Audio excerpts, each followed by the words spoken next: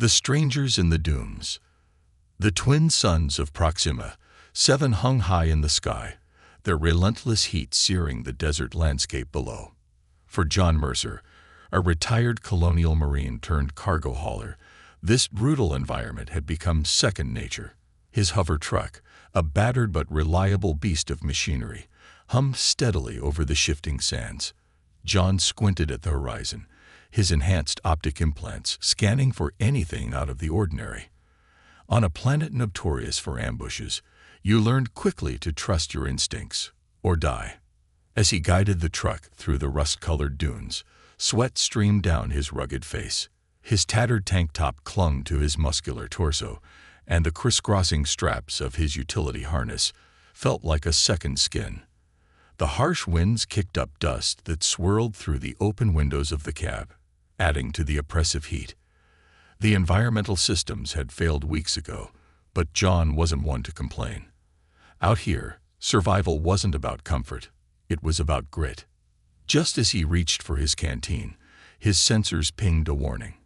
Ahead, 2 figures stood motionless by the roadside.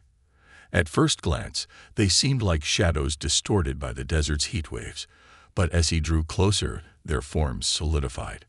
They weren't human. Their violet skin gleamed under the sunlight, and their silver hair flowed like liquid metal.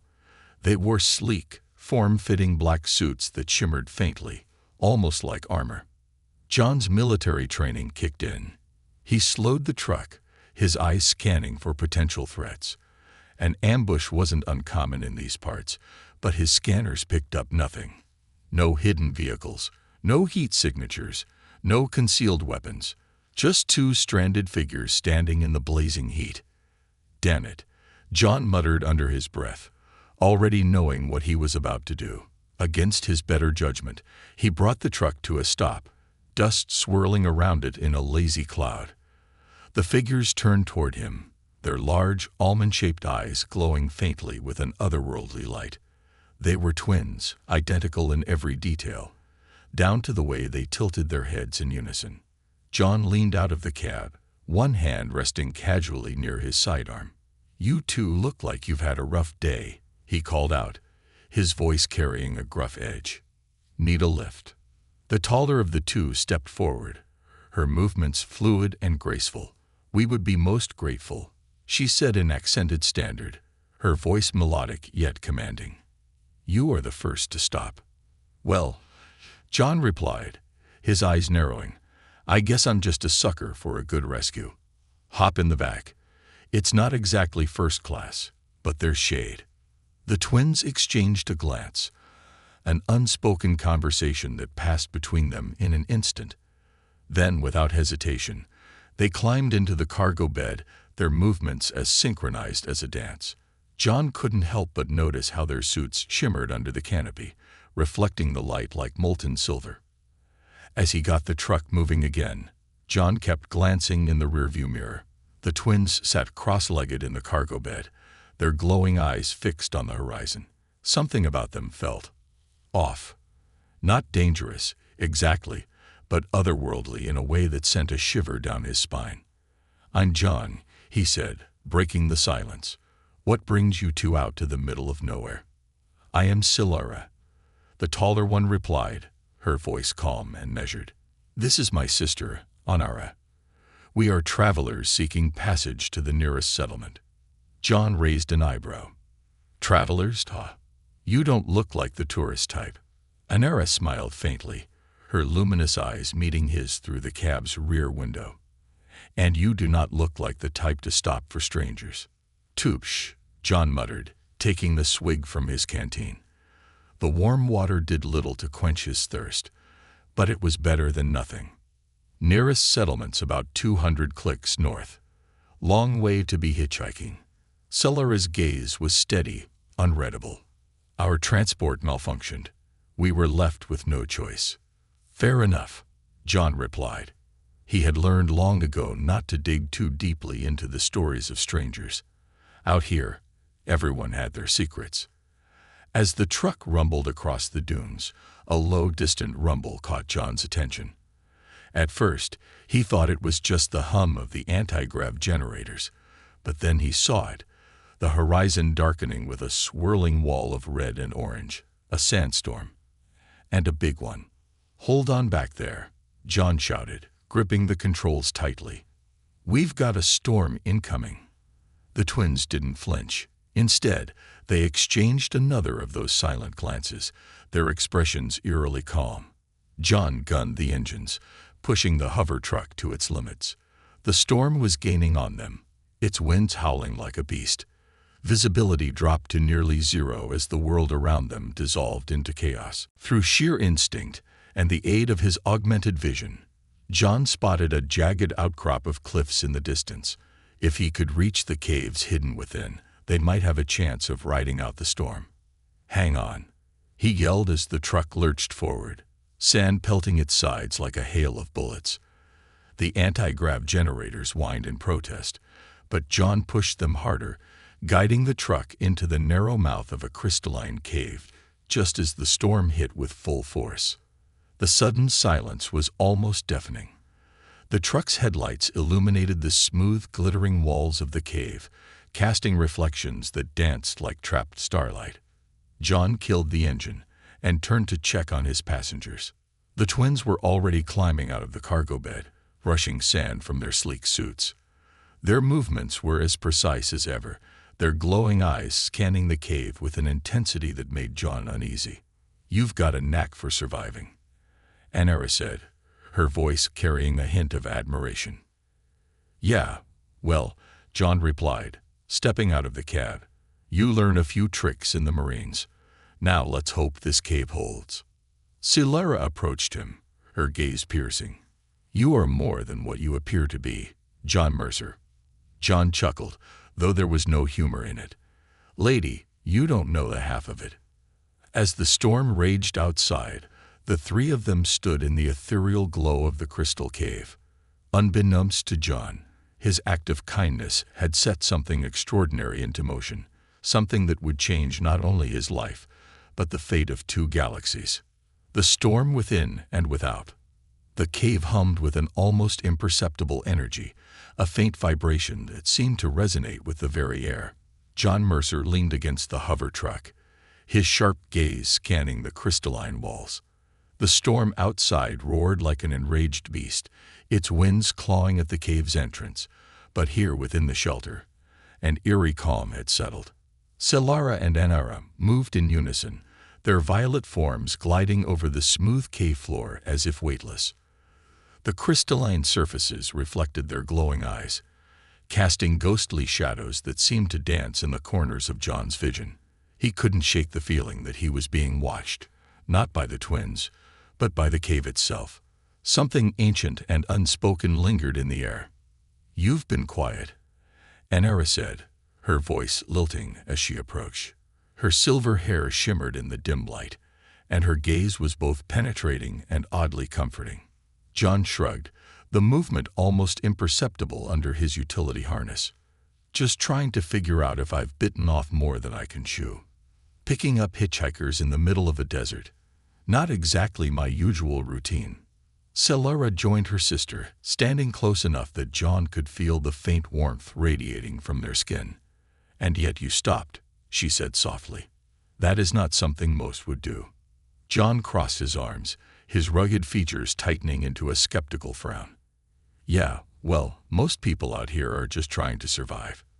You can't exactly blame them." Anara tilted her head, her luminous eyes narrowing, as if she were weighing his words. "Perhaps, but survival is not the same as living." The statement hung in the air like a challenge. John shifted uncomfortably, unaccustomed to such introspection. He was a man of action, not philosophy. Still, something about these two, something in the way they spoke, moved, and even breathed, unnerved him. It was as if they were peeling back layers of his soul with every word. "All right," he said gruffly, pushing off the truck.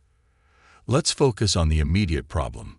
That storm's not letting up anytime soon, and I don't fancy camping out here longer than necessary. What's your plan?" The twins exchanged a glance, their expressions inscrutable. Silara stepped forward, her voice calm yet carrying an undeniable weight. The storm is not merely an obstacle. It is a sign. John blinked. A sign. Of what? Anara moved to stand beside her sister, her tone equally measured. Change. John let out a short, humorless laugh. Lady, I'm not much for cryptic nonsense. If you got something to say, just spit it out. Silora's gaze bore into him, unflinching. You are not here by chance, John Mercer. Nor are we. A cold knot formed in John's stomach. He had faced countless dangers in his time. Pirates, insurgents, hostile wildlife. But nothing had prepared him for the kind of unsettling certainty that radiated from these two. It wasn't fear he felt, exactly. It was something deeper, more primal. Look, he said, trying to keep his tone steady. I'm just a guy with a truck who happened to be in the wrong place at the right time. That's it. Anara stepped closer, her movements as fluid as liquid mercury. Is it? She asked, her voice almost a whisper. Or is that what you tell yourself to avoid looking deeper? The words hit John harder than he cared to admit. He turned away, running a hand through his sweat-dampened hair. I didn't sign up for a therapy session, he muttered. But before he could retreat further, the cave itself seemed to respond. The crystals began to pulse faintly, their light growing brighter in rhythmic waves. A low, melodic hum filled the air, sending shivers down John's spine. What the hell is that? He demanded, spinning around to face the twins. Silara and Anara stood motionless, their eyes glowing brighter now, reflecting the crystalline light. The cave recognizes you, Silara said, her voice almost reverent. It knows you are meant to be here. John snorted, trying to mask his unease. It's a cave. It doesn't know anything. You underestimate this place. Anara countered. These crystals are not mere rock. They are alive, in their own way, and they react to energy. Specifically, the energy of intent. Intent. John echoed, skepticism lacing his tone. You're saying this place is reading my mind. Not your mind. Silara corrected. Your soul. John opened his mouth to argue, but before he could form the words, the hum intensified. The crystal's light grew blinding, forcing him to shield his eyes. The air crackled with energy, and the ground beneath them seemed to tremble. What's happening? He shouted over the rising noise. The cave is awakening.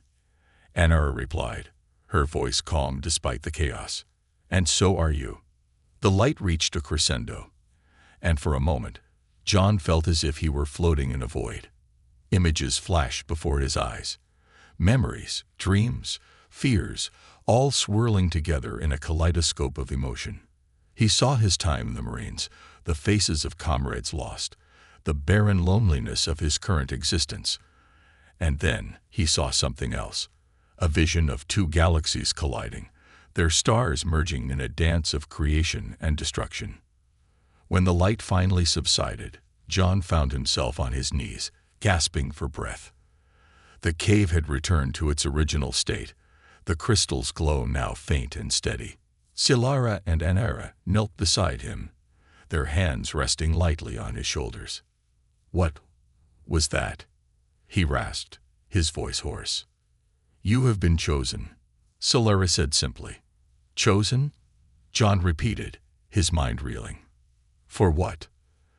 Anara's gaze was steady, unwavering. To bridge the divide. To bring balance where there is chaos. John shook his head, his instincts screaming at him to reject everything he had just experienced. But deep down, he knew there was no going back. Whatever had happened in that cave, it had changed him, and the path ahead was one he could not walk away from. As the storm continued to rage outside, John realized that his journey with Silara and Anara was only beginning. And for the first time in years, he felt a spark of something he thought he had lost. Purpose, a choice forged in light. The storm outside continued its relentless fury, but inside the crystalline cave, the world had shifted. John Mercer sat on the cool, smooth floor, his back against the hover truck. The hum of the crystals had quieted to a low rhythmic pulse, like a heartbeat echoing in the cavern's stillness. Silara and Anera stood nearby, their glowing eyes fixed on him. Their presence was both comforting and unnerving, as if they carried answers to questions John hadn't dared to ask. "You're going to have to explain this," John said finally, his voice low and rough. His hand still trembled from the surge of energy he'd felt earlier, but he clenched them into fists, steadying himself. "What just happened back there? And don't give me any more cryptic riddles." Silara stepped forward, her movements fluid, her expression serene. "The cave has recognized your potential. It has awakened a connection within you that was always there, waiting." John raised an eyebrow. "A connection to what exactly?" "To us," Anara replied, joining her sister. "And to something much greater than yourself." John laughed bitterly, the sound echoing off the crystalline walls. "You're going to have to do better than that. I'm just a guy with a truck. I'm no one special." Silara knelt in front of him, her luminous eyes meeting his with an intensity that made his breath catch. "You are more than you realize, John Mercer. You have the strength of a warrior, the heart of a protector, and the adaptability of a survivor. These qualities are not random. They are what make humanity unique." John snorted, shaking his head. "Yeah, well, humanity hasn't exactly been hitting home runs out here in the galaxy. Most species think we're too aggressive, too reckless." Anera crouched beside him, her voice soft but firm. "And yet, it is that very recklessness that sets you apart. Where others see only danger, humans see possibility. Where others hesitate, you act. That is why you stopped for us when no one else did." John looked away, his jaw tightening. He didn't like being dissected like this, as if he were some kind of specimen under a microscope. But he couldn't deny the truth in their words. He'd spent his entire life pushing forward, surviving where others had failed. It wasn't just luck. It was something deeper. "Okay," he said, his tone guarded. "Let's say I buy into this connection thing. What does it mean? What do you want from me?" Silara and Anera exchanged a glance, a silent conversation passing between them. Then Silara spoke, her voice carrying a weight that sent a shiver down John's spine. "Our people are in danger, and you are the only one who can help us." John frowned, his instincts immediately on high alert. "Danger from what?" "From extinction," Anara replied, her tone grave. "Our species is dying, Khan. The storms on this planet are not natural. They are the result of a catastrophic imbalance caused by an ancient technology buried beneath the surface. It was meant to protect us, but it has turned against us." John's frown deepened. "Ancient technology. Sounds like you've got a bigger problem than a broken transporter." Silara nodded. "We do. And that is why we have been searching for someone like you, someone who can do what we cannot." John stood, his towering frame casting a long shadow in the cave's ethereal light. "And what exactly is it you think I can do? I'm no scientist, and I'm definitely not a miracle worker." "You are a bridge," Anera said, standing as well. "A link between worlds. The technology responds to intent, to the energy of the one who interacts with it. Our people's energy is no longer compatible, it rejects us. But humans, you are different." John rubbed the back of his neck, his skepticism warring with the strange pull he felt toward their words. "You're saying this tech will just work for me? Why?" Silara stepped closer, her gaze unwavering. "Because your kind carries something that ours has lost. Adaptability. The ability to thrive in chaos, to evolve under pressure. That is what the technology recognizes. That is what it needs." John let out a slow breath, his mind racing. He didn't trust easily. Years in the Marines had taught him that much, but something about these two felt genuine. They weren't asking for his help out of desperation alone. They truly believed he was the key to saving their people, and despite his better judgment, a part of him wanted to believe it too. "What happens if I say no?" he asked, his voice quieter now. Solara's expression softened, and for the first time, John saw a flicker of vulnerability in her glowing eyes. Then we will keep searching. But time is running out. Every storm brings us closer to the point of no return. Anera placed a hand on his arm, her touch warm and grounding. We cannot force you, John. This must be your choice. John looked between them, his jaw tightening. He'd spent most of his life running, from responsibility, from connection, from anything that tied him down. But this wasn't about him. It was about something bigger, and for the first time in years, he felt the weight of a purpose he couldn't ignore. All right, he said finally, his voice firm. I'll help you. But if this goes sideways, don't say I didn't warn you. Solara and Anara both smiled, their relief palpable. Thank you, John Mercer, Solara said, her voice filled with gratitude. You have no idea what this means to us. John shrugged, his lips quirking in a wry smile. Yeah, well, let's not get all sentimental just yet. We've got work to do. As the storm outside began to subside, the three of them prepared for the journey ahead. John didn't know what awaited them beneath the surface of Proxima 7, but one thing was certain. He wasn't just a guy with a truck anymore. He was part of something bigger, something that might just change the fate of two species. And for the first time in a long time, that thought didn't scare him. It excited him. Descent into the unknown. The storm outside had dwindled to a faint whisper, its fury spent. The air inside the crystalline cave felt heavier now, as though the weight of John Mercer's decision had shifted the very atmosphere.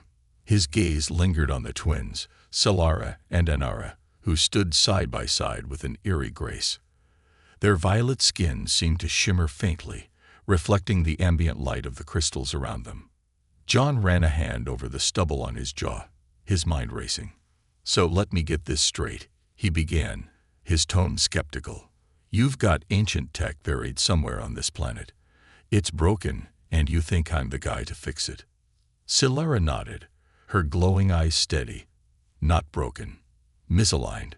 It was designed to harmonize with our energy, but over centuries, the balance has shifted. The storms are its warning, a cry for help, or a temper tantrum, John muttered.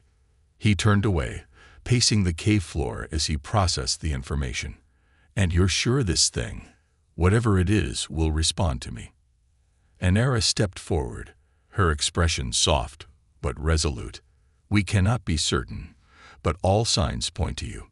The cave responded to your presence, John. The crystals resonated with your energy. That has never happened with any of our kind. John let out a low whistle, shaking his head. Great. No pressure or anything.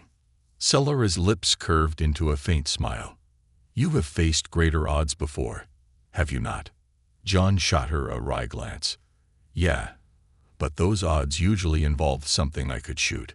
The twins exchanged a glance, their expressions unreadable. Anara tilted her head slightly. Violence will not solve this problem, but your resilience might.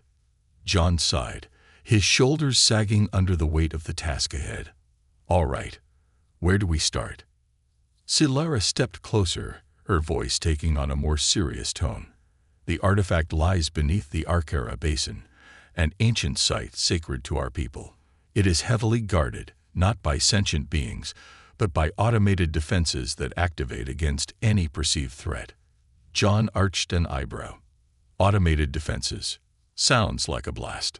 Anara's expression grew grave. They are relentless, programmed to protect the artifact at all costs. But there is a path, a forgotten route through the caverns below the basin. It is dangerous, but it is our best chance. Figures, John muttered. All right, let's get moving before I change my mind. The twins nodded, their movements as synchronized as always. Together, they packed the hover truck with supplies from the emergency kit, water, rations, and a portable power cell. John adjusted his sidearm in its holster, the familiar weight a small comfort as they prepared to leave the cave. The journey to Arkera Basin. The sands outside the cave had settled into uneasy stillness, the aftermath of the storm leaving the landscape eerily quiet. John piloted the hover truck with practiced ease, the vehicle's anti-grav generators humming softly as they glided over the dunes. Silara and Anera sat in the cargo bed, their glowing eyes scanning the horizon. "Tell me more about this artifact," John called over his shoulder, his voice cutting through the silence. "What's it look like? What does it do?" "It is a core," Silara replied, her voice carrying over the wind. "A nexus of energy that once sustained the harmony of our world. It is not a single object, but a construct, a fusion of crystal, metal, and light. It is alive, in a way." John frowned, processing her words. "Alive? You mean like AI?" Anera shook her head. "No, it is not artificial. It is organic, in a way that defies explanation. It draws from the essence of the planet itself and channels that energy outward, maintaining balance. But something has disrupted that balance." "Let me guess," John said. "Your people." Silara hesitated, then nodded. "Unintentionally, yes. We sought to harness its power, to control it. But the core was never meant to be controlled. It was meant to guide." John's grip on the controls tightened. He'd seen it before, species pushing too far, trying to bend nature to their will. It always ended the same way: disaster. "So now it's out of control, and I'm supposed to fix it. Fantastic." "You are not alone," Anera said, her tone reassuring. "We will guide you." John glanced at her through the rearview mirror. "Yeah. And what happens if this thing doesn't like me? What's plan B?" Silara's gaze was steady. "There is no plan B." "Great," John muttered under his breath. "Just great." The hidden caverns. The entrance to the caverns lay at the base of a jagged cliff, hidden behind a cascade of vines and rock formations. The twins disembarked first, their movements as silent as shadows. John followed, his boots crunching against the gravel as he approached the concealed opening. "This is it?" he asked, peering into the dark void beyond. Silara nodded. "The path is treacherous, but it will lead us beneath the basin." John activated the flashlight on his wrist unit, the beam cutting through the darkness. The air inside the cavern was cool and damp, a stark contrast to the arid desert above. The walls glistened with moisture, and faint streaks of bioluminescent moss cast an otherworldly glow. As they moved deeper into the caverns, the passage narrowed, forcing them to walk single file. John took the lead, his instincts honed by years of military service. The twins followed closely, their footsteps barely audible against the rocky ground. "Keep an eye out for traps," John warned. "If this place is as old as you say, there's no telling what we might run into." Silara's voice was calm but firm. "The defenses are likely dormant this far from the core, but caution is wise." They pressed on, the path winding deeper into the earth. The air grew thicker, tinged with a metallic tang that made John's skin crawl. He couldn't shake the feeling that they were being watched, though the scanners on his wrist unit showed no signs of life. "Something's not right," he muttered, his hand drifting to his sidearm. Before Silara or Anera could respond, a low rumble echoed through the cavern. The ground beneath their feet trembled, and a faint red glow illuminated the walls ahead. "Guess the defenses aren't as dormant as we thought," John said grimly, drawing his weapon. The glow intensified, and a series of mechanical clicks echoed through the tunnel. From the shadows emerged a trio of sentinels, spindly constructs of metal and crystal, their limbs crackling with energy. Their faceless heads swiveled toward the intruders, and a shrill tone filled the air as they activated. "Stay behind me," John barked, leveling his sidearm. The first sentinel lunged, its movements unnaturally fast. John fired, the plasma round striking its torso and sending shards of crystal flying. The construct staggered but didn't fall. "These things are tougher than they look," he shouted, dodging a swipe from another sentinel's clawed arm. Silara and Anera moved with startling precision, their hands weaving patterns in the air.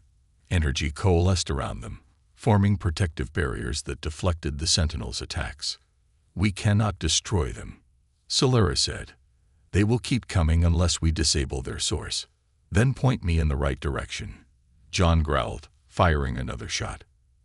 Anara's glowing eyes locked onto a faint pulse of light deeper within the cavern. "There. The control node." John didn't hesitate. "Cover me."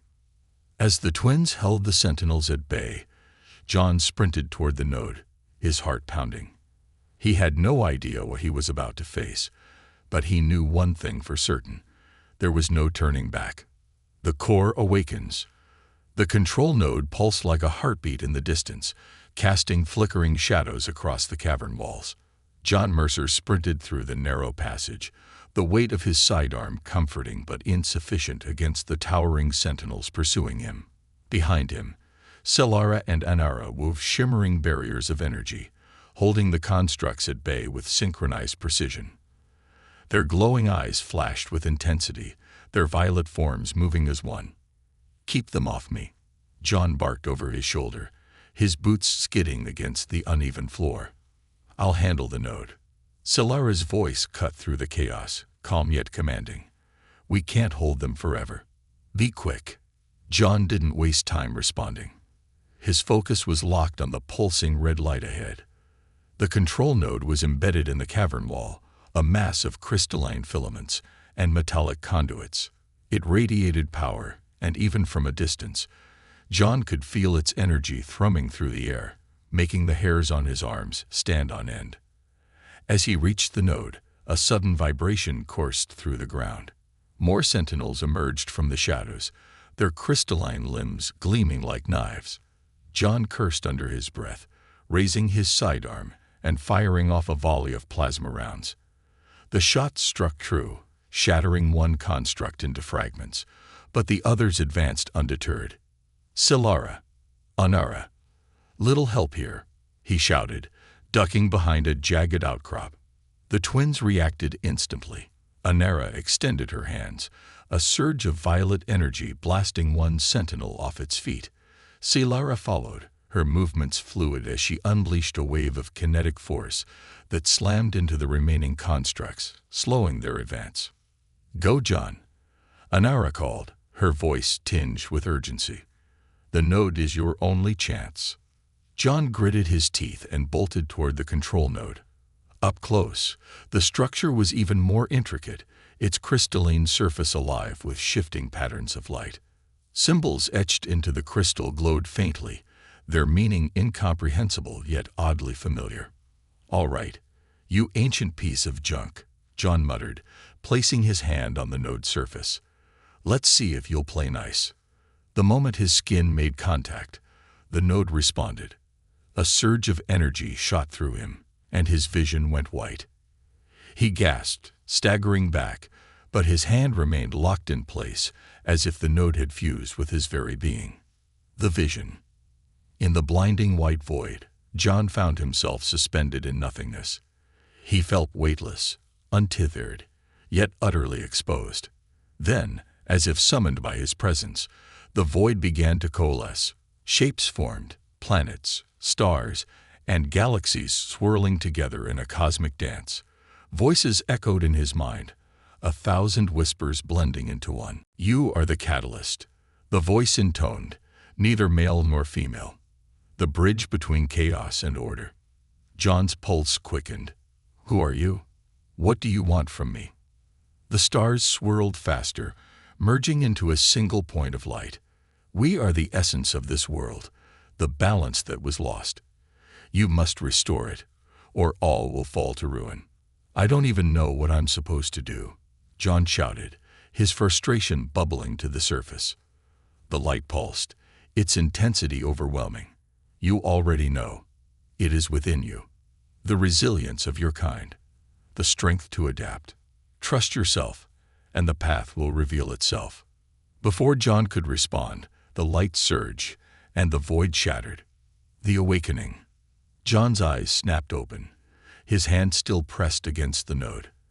The cavern around him seemed to vibrate with renewed energy, the crystals along the walls glowing brighter than ever. The sentinels froze mid-attack, their limbs twitching erratically, as if caught in a system-wide reboot. "What just happened?" he muttered, pulling his hand back. Silara and Anara rushed to his side, their expressions a mix of relief and awe. "You've synchronized with the core," Silara said, her voice almost reverent. "The sentinels are no longer a threat. For now." John glanced at the constructs, their once menacing forms now inert. "Great. So what's next? Do I just wave my magic hands and fix the planet?" Anara smiled faintly. "Not quite. The node is merely a conduit. To restore balance, you must activate the core itself." John's shoulders sagged. "Figures. Where is it?" Silara gestured toward a massive archway that loomed at the far end of the cavern. "Beyond there, the heart of Arcara lies within." John followed her gaze, his gut twisting at the sight. The archway pulsed with the same red light as the node, its surface inscribed with alien symbols that seemed to shift and writhe. Beyond it lay darkness, impenetrable and foreboding. "Of course it does," he muttered. "All right, lead the way." The heart of Arcara. The air grew heavier as they passed through the archway, the darkness pressing in on all sides. John's flashlight barely penetrated the gloom, but the twins moved with unerring confidence, their glowing eyes cutting through the blackness like beacons. After what felt like an eternity, the passage opened into a massive chamber. John stopped short, his breath catching in his throat. The heart of Arcara was a sight unlike anything he had ever seen. A colossal crystalline structure dominated the center of the chamber, its spires stretching toward the ceiling like the branches of a cosmic tree. The crystals pulsed with a chaotic rhythm, their light alternating between vibrant blue and ominous red. Energy crackled in the air, the sheer power of the structure making John's skin tingle. "This is it?" he asked, his voice barely above a whisper.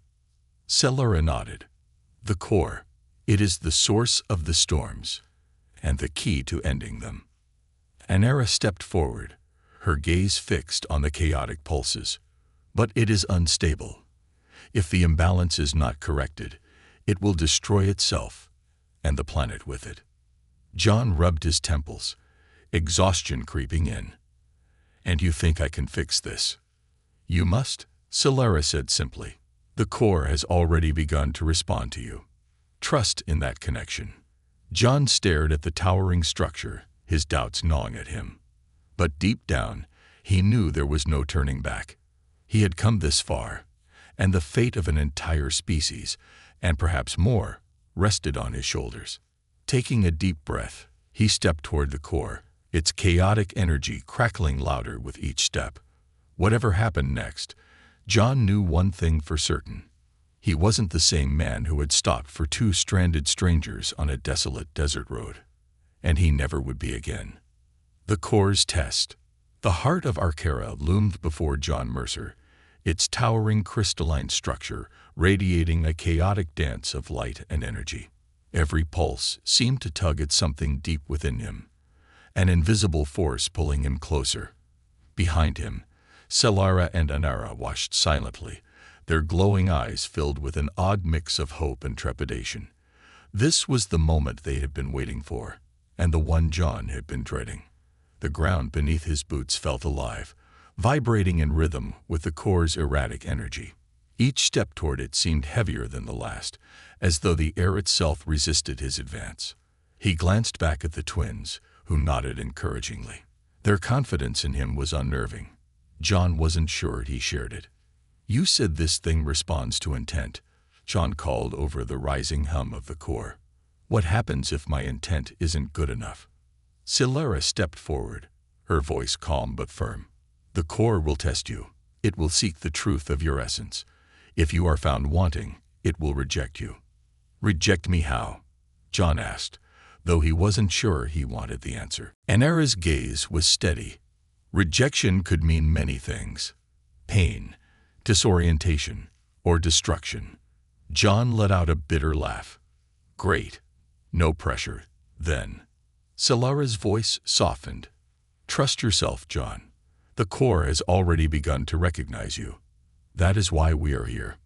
Taking a deep breath, John turned back to the core.